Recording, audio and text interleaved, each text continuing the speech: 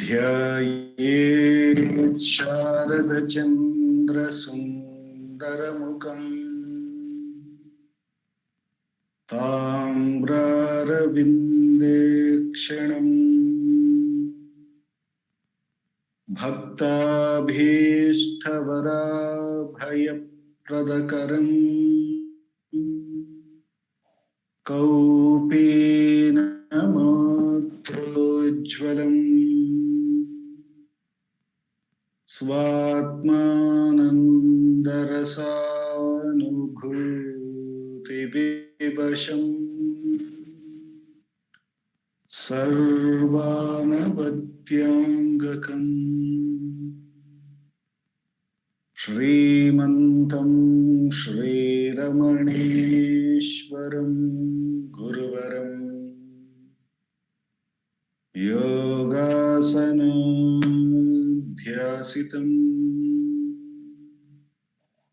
ध्यायेत् श्रीरमणेश्वरं ध्यायेत् श्रीरमणेश्वरम्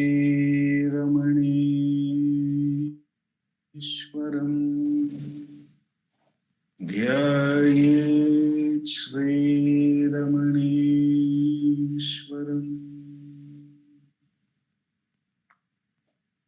हृदयकुहरमध्ये केवलं ब्रह्ममात्रम् यहमहमिति साक्षादात्मरूपेण भाति हृदि विषमनसा स्वं चिन्वतामज्जतव पवनचलनरोधा आत्मनिष्ठो भवत्वम्। Namo Ramana. We will commence the Friday Atma Vichara by listening to Bhagavan's Upadesham. As always, I will be reading from the book Ramana Answers, Self-Inquiry 1900 to 1950. It is a compilation. This book is a compilation of all the answers given by Bhagavan on the subject matter of Atma Vichara between 1900 to 1950, and the compilation has been done by our founder President Sri A.R. Natarajanji. And we have been looking at the answers given to the subject of Atma Vichara between 1936 and 1950. And this week we have arrived at the fifth question and answer in this book. After this, after reading Bhagavan's Upadesham, we will contemplate by his grace and then have a 20-minute Atma Vichara session. After the Atma Vichara, Sharda Akka would be talking about Atma Vichara itself from the Ramana Gita, which is a compilation by Ganapati Muni. And then we will have the concluding prayers to Bhagavan. In the fifth question for the evening, the devotee asks, Bhagavan, please tell if there are paths to liberation other than self-inquiry. Are these paths one or different? The question put by the devotee, I repeat, Bhagavan, please tell if there are Bhagavan, please tell if there are paths to liberation other than self-inquiry. Are these paths one or different? To which Bhagavan says, other paths try to attain something. Self-inquiry seeks the one who makes the effort. I repeat Bhagavan's answer. Other paths try to attain something. Self-inquiry seeks the one who makes the effort.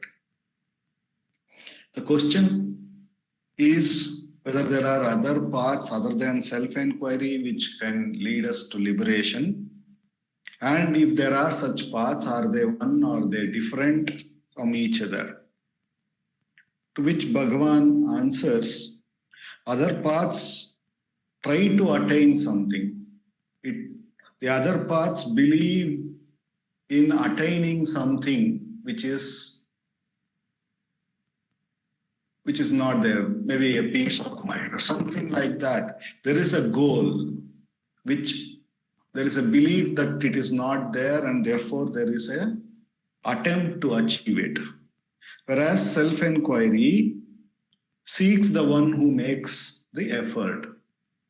To this, the parallel analogy that can be given, which Bhagavan says, is that he says that a lady who had worn a necklace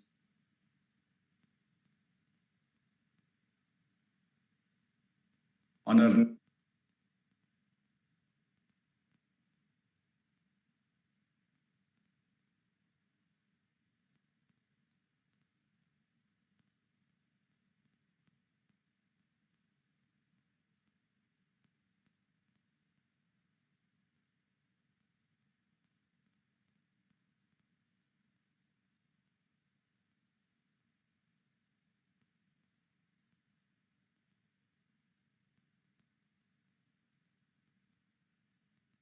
and finally one of a friend who happens to be kind enough to remind her that the neck, what about the necklace which you are wearing in your neck?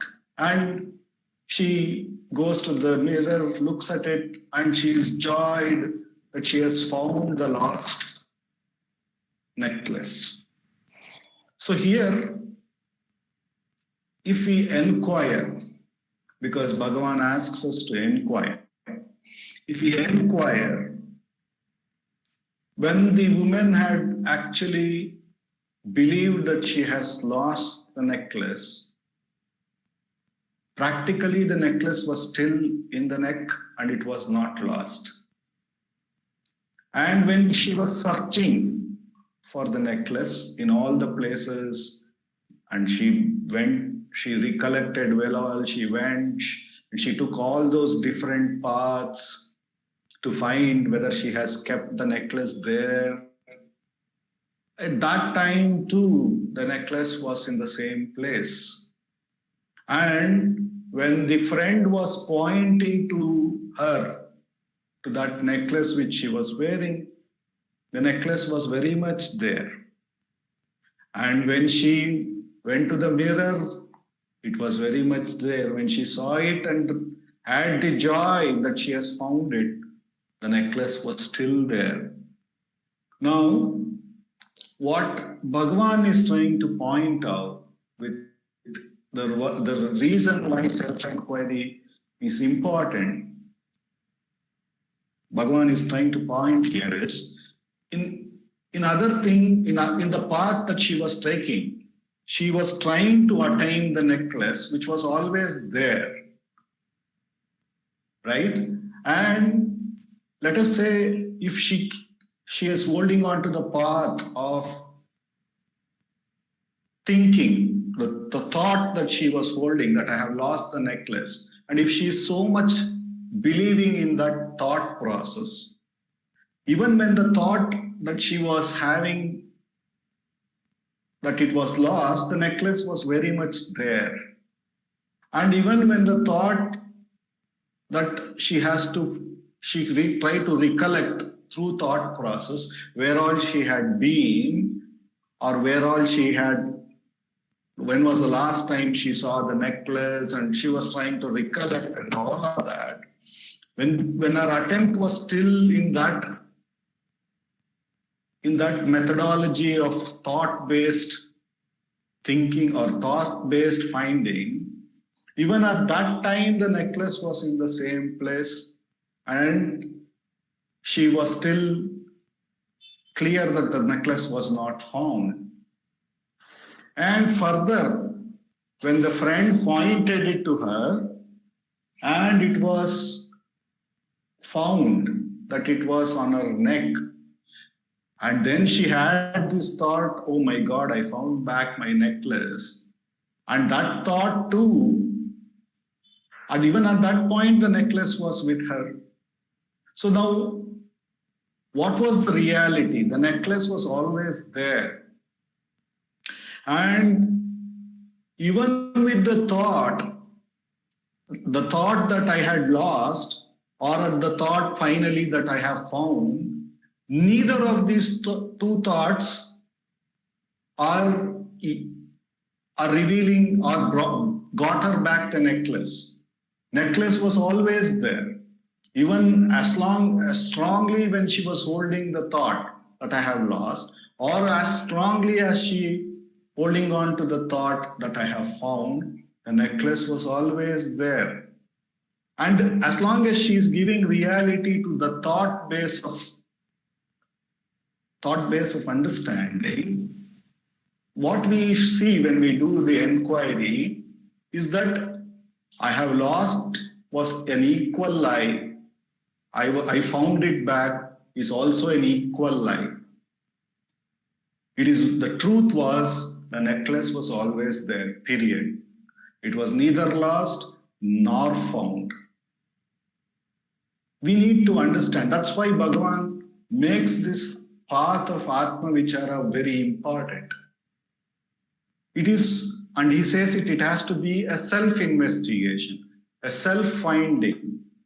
If we don't do the self-finding and we still hold on to this thought-based of understanding, or thoughts-based of searching and finding and everything, what we have missed, what we don't see is that even when the thought that I have lost or even the thought that I have found is there, it was nowhere close to the reality. The reality was the necklace was always there, period. And therefore, only when we do the vichara, when I sit back and say, oh, when I said the thought necklace was lost, or now when I am saying the necklace is found, I am entertaining a lie. I am not speaking the truth. The truth was, whether the thought was there or the thought of found was there, the necklace was always present. That realization becomes important. For only one reason, if I believe now the thought that the necklace is found and I go about advocating to everybody, you know what happened in the morning I had lost, then I did this, and then I am just still equally disturbed in my thought-based process. Instead of when I recognize the reality, I could be silent. I could be silent that the necklace was not lost nor found. It was always in its place. That is the beauty of Atma Vichara. It makes us realize the truth that as it was and is at all times. And then we see the fallacy of this thought-based understanding. Therefore, when Krishna says in Bhagavad Gita, the man who thinks that he doesn't know the self, doesn't know the self. The man who thinks who knows also equally doesn't know. Or the man who equally tries to explain, like the way I am doing, he doesn't know. He's not in the self. So as long as this thought is entertained to be real, we have missed what is so naturally present. And we are thinking it is only through this thought, only through this medium that we can understand, express. But we should understand. That's why Bhagavan says, when you were in deep sleep, when there was no thought, did you have this idea, having to find the self, having to do anything? And therefore, it is only, he asks us to consciously inquire in the waking, consciously enter that state where there is thought freeness and see that the self is always present. So therefore, this Atma Vichara, as Bhagavan says here, self-inquiry seeks the one who makes the effort. It makes us see who is making the effort, whereas all other paths are still trying to attain, still trying to advocate something, which is not necessary, because the truth, if it is truth, has to be present all the time. And therefore, Bhagavan makes it very clear why self-enquiry brings about the natural recognition of the presence of the self at all times. In fact, to say all times is wrong. That self alone is. And therefore, Bhagavan has given us with this gracious, with his love and such a grace for us to comprehend that reality without getting lost in any of these worlds which we may end up intellectually or through the thought system or through seeking from one path to another path, what is so obvious, so naturally present and never lost. So with giving us this Atma Vichara, Bhagavan is bringing home the truth which has never changed. The immense grace of Bhagavan, with which alone we could have come to this most direct path, with which alone the beauty of this path, when we ask the question, who am I? To whom is this thought and who am I? We get established in that one truth, making both the path and the goal available to us, as Sharda keeps telling, with this Atma Vichara. The path and the goal is established when we do the Vichara. And by repeatedly doing the Vichara, Bhagavan assures the mind will gain enough strength to know that, get that clarity, get that established in that truth which always existed. The immense grace of Bhagavan. For the next 20 minutes, let us do Atma Vichara.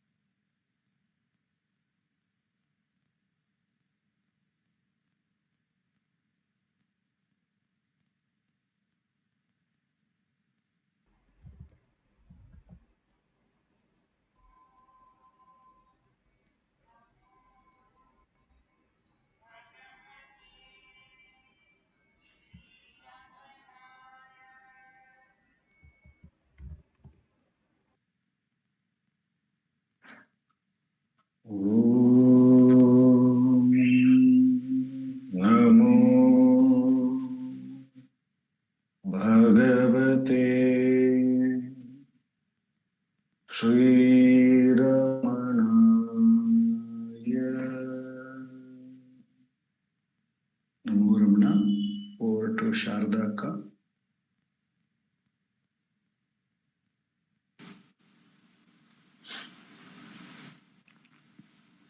Namo Ramana. Prostrations to Ramana, shining as a self in all beings. By the immense grace of Bhagavan, shining as a self and manifest as Ramana, we are meditating on self-inquiry. We have been blessed to practice self-inquiry and continue our meditations on self-inquiry as revealed in the verses of the Ramana Gita. We are currently meditating on the second chapter of the Ramana Gita, wherein there is the Eka Shloki of Bhagavan. Hridaya Kuhara Madhye Kevalam Brahma Matram Hi Aham Iti Sakshat Atma Rupena Bhati. This is the first half of the verse of the Eka Shloki, which Muni first extols as the essence of all Veda and Vedanta, and which he has in one conversation mentioned is the kernel or the fulcrum or the center of the entire Ramana Gita. And he says that the entire Ramana Gita is in a way a commentary on this very verse of Bhagavan. Then Muni goes on to say how in the first half of the verse, Bhagavan has pointed out the place within the body as a concession or as a clue to those of us who are identified with the body. He has pointed out a place within the body as the seat of the self or the heart. Hridaya Kuhara Madhye. And he has also said that this is all encompassing. So there is no difference between this and Ishvara. Further, he has pointed out that it is pratyaksha, sakshat, atma rupena bhati. It is aparoksha, it is direct knowledge. And there is no need of any further description or no attributes are needed for it. It is direct. There is no need of describing it. In fact, if we describe it, we would be taking away from the truth of it. But at the same time, out of compassion, in the second half, what does Bhagavan do? Upadesho dviteyardhe shishyabhyasa krite kritaha, says Muni. In the second half of the verse, Bhagavan gives Upadesha for practice by the disciple. What is that Upadesha? Tredha bhinnena margena tattvadaikyam samiyusha. The Muni says there are three paths given for practice by the disciple, but in essence, these paths are one. Why are they one in essence? Because the goal is one. What is the goal? Atmanishto bhava. Atmanishto bhava. So when, no matter what is the route which we take to go to Tiruvannamalai, if the goal is Tiruvannamalai, whether we travel by train or we travel by car or we travel by bus,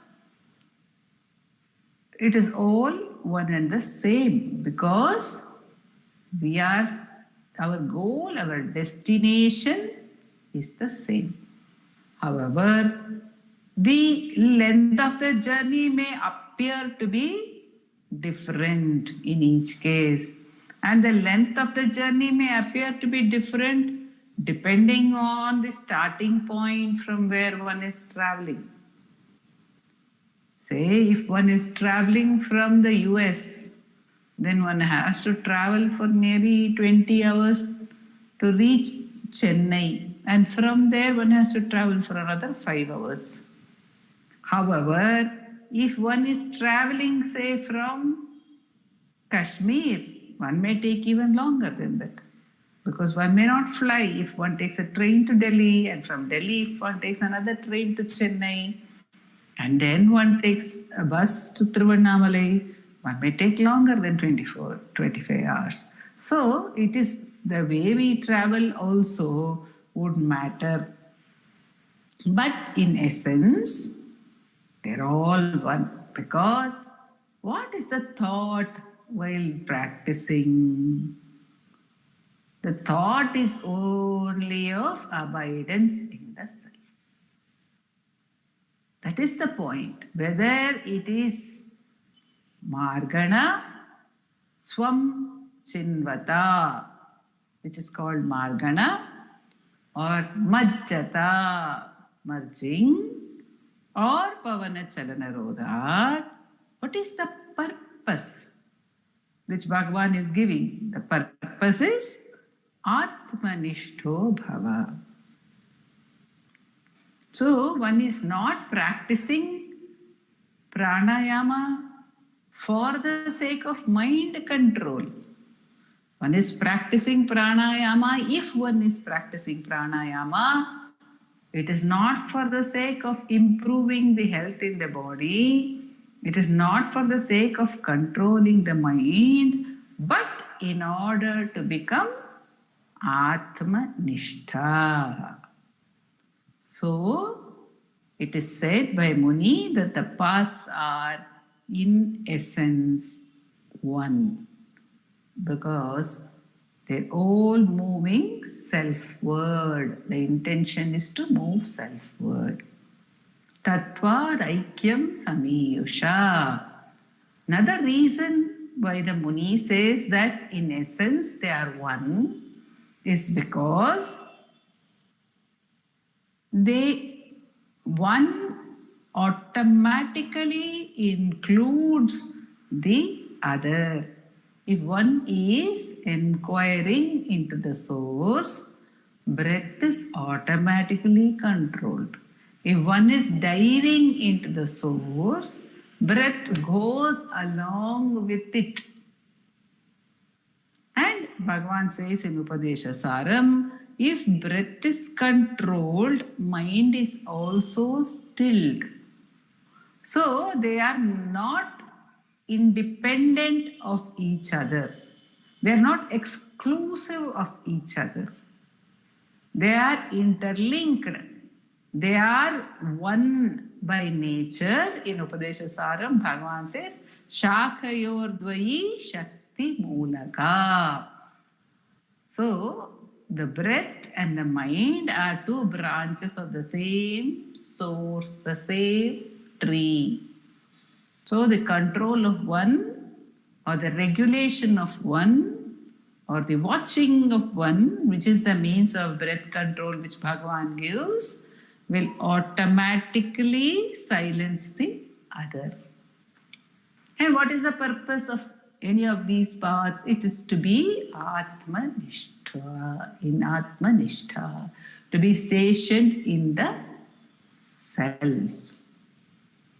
So what are the paths? Muni says, Upayo Margana Bhikya Prathama Samprakirtitaha. The first way which is given by Bhagavan, which is shown by Bhagavan, is Margana, Swam Chinvata, inquiring about one's own nature, inquiring about oneself. Self-inquiry is given first by Bhagavan. Upayo, that is the first. Prathama Samprakirtita. Bhagavan explains that first. So, in one sense, while all are the same and all will take us to the same goal, we can say in a subtle way the primacy is given to self-inquiry because Bhagavan has mentioned it first. So, if somebody asks us for the route to a place, how do I get to some place? The first suggestion which we will give will be what we feel is the best, is the most convenient, isn't it? If somebody asks, how do I go from Bangalore to Tiruvannamalai, the first suggestion we will give is take this route, go up to Hosur, Krishnagiri. After Krishnagiri, road is not very good till Tiruvannamalai, so go to Bargur or go to Harur, whatever. That is what we will say. Now, supposing whatever route we give first will be the one which we feel is the best route for that person. In case there is some difficulty the person has in taking that route, then we can say, oh, you can't go there, is it? All right. In case you can't go there, then this is the second option which you can take. And if the second option is not available, then the third option, in case there is some problem in this route, you can take the third option. Isn't it? That's the normal way in which we would explain to somebody. That's the way Bhagavan is saying, Swam Chinvata. You inquire into your true nature. If you have done that, if you are ready to do it, fine, there itself, Swam Chinvata Atmanishto Bhavatvam. In case we find some mental block, we say we are not capable of doing self-inquiry, we refuse to do self-inquiry, Bhagavan is so compassionate, he doesn't want to leave us at that. He says, all right, you won't do self-inquiry, you can't do self-inquiry, all right, fine. Then you dive into the source, Majjata. Supposing we say, no Bhagavan, even that is not possible by me. I have A, B, C, D difficulties. My mind will not be still. I cannot put it into the source. All right, then do Pavana Chalana Rodha. But remember, no matter what you do, it is in order to abide in the self. Atmanishto Bhava. Whatever you do, abide in the self. That is the goal. That is the only meaningful thing.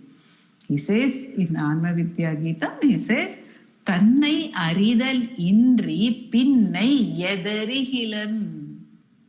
If you don't know yourself, what is the use of knowing anything at all? What is the use of knowing anything at all if you don't know yourself? Tannai arindidin pin enna uladariya. What else is there to be known once you know yourself?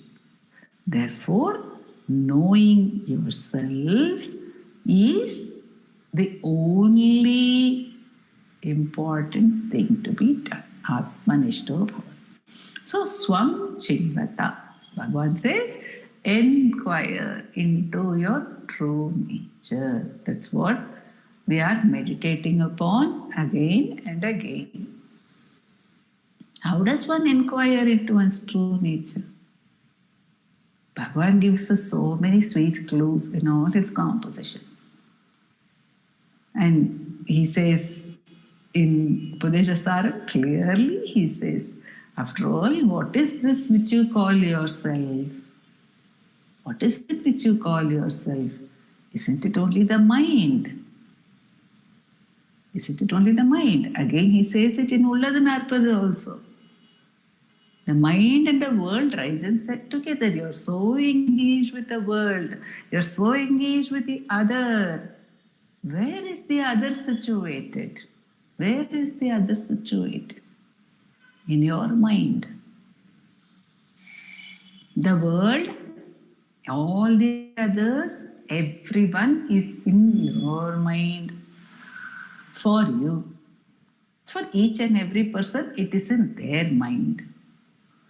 So we exist in others' minds. If they think of us, we exist for them. If they don't remember us, we don't exist for them at that time. And the Kumarji has been sharing one of the discussions that in sleep, when somebody is asleep, we don't exist for that person, no matter how dear we are to that person. And when we are asleep, they don't exist for us, no matter how dear they are to us. That is the way it is. The entire world. And what is dearest to us? Our own body. Our own body exists only during waking for us. Even in dream, this physical body doesn't exist for us, doesn't exist. Daily in 3 states of our existence, only in one state, this body exists, this entity, this identity, which we think is very, very continuous. It is I. It has been there with me since my birth. Before birth, we don't remember. In the womb, we don't remember. Even the early years of our life, after we were born, we don't remember. After that, we remember. Whatever we remember, or from then onwards, from whatever we remember, wherever our memory begins, till now, same person. What is that same person? That same person has so many bodily changes. So many bodily changes that one can hardly declare it as the same body. Hardly declare it's the same body. It is not. Science tells us now that the body keeps changing completely once in 7 years, or maybe even more frequently. It's completely a different new body we have. So that, and even every moment, Bhagavan says in Ashtakam, what is it that makes you feel actually all these experiences are disparate? They are separate experiences. The Sharada who is angry is not the Sharada who is sad, is not the Sharada who is happy. But still I feel I am the same Sharada. I was angry, I was sad, I was happy, I was excited, I am. Although each experience is totally different, there is something which is connecting all this, which gives the illusion of oneness. But strangely, that something which is connecting all this is totally insignificant to us. It does not matter what is connecting. What is this I which is giving this sense of continuity to my being, the sense of continuity to my existence? What is this I on account of which was there yesterday and which is there today, and which remembers yesterday and which remembers today, and because of that which is threading these two experiences, I am able to say I was so and so yesterday, I am so and so today. In last 2 classes, Dilip shared with us the experience of his colleague Darshan, who lost some part of his memory. So there is something which remembers, there is something which forgets, there is something which remembers or forgets and therefore says, I was something and I have forgotten, I was something and I remember. But that which remembers and forgets, it does not matter to us. What is that I?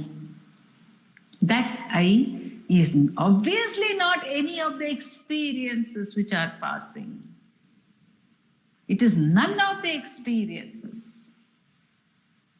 At one stage, we may say, at one stage of inquiry, we may say it is the witness to the experiences. But even that would not be right.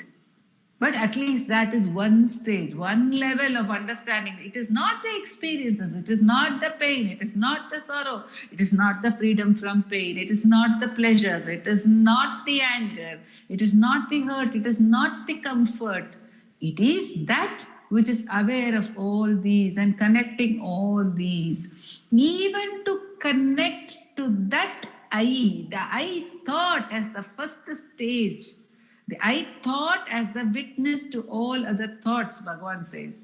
That's why in inquiry, he takes us first step, he says, for whom are all these thoughts? For me. They are for me. Who is this I?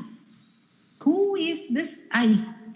If I am not the anger, in my anger, who am I at that time? If I am not the sorrow in my sorrow, who am I at that time?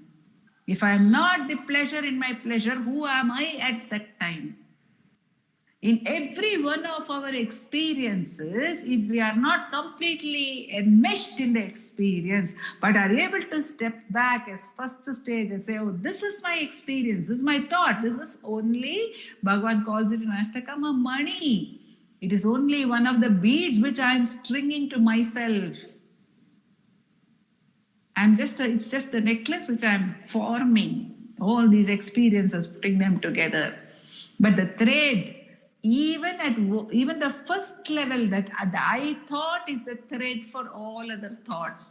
What is this I thought? Let me try and see who is this I. Even that is a great step forward in self-inquiry. Further, we will recognize that if one is not dependent on thoughts, if thoughts are not I, then one can exist without thoughts because they are not I. And if one exists without thoughts, then one is not even a witness to the thought. When there are no thoughts, how can one be a witness to the thought? When there are no experiences, how can one be a sakshi of those experiences? How can one be the witness of experiences when there is nothing? When one is not dependent on experiences or thoughts, and when they in their absence, who am I? That question will come to us, and then one will get to the Kevalam Brahmamatram by Bhagavan's immense grace. Om Namo Bhagavate Sri Ramana.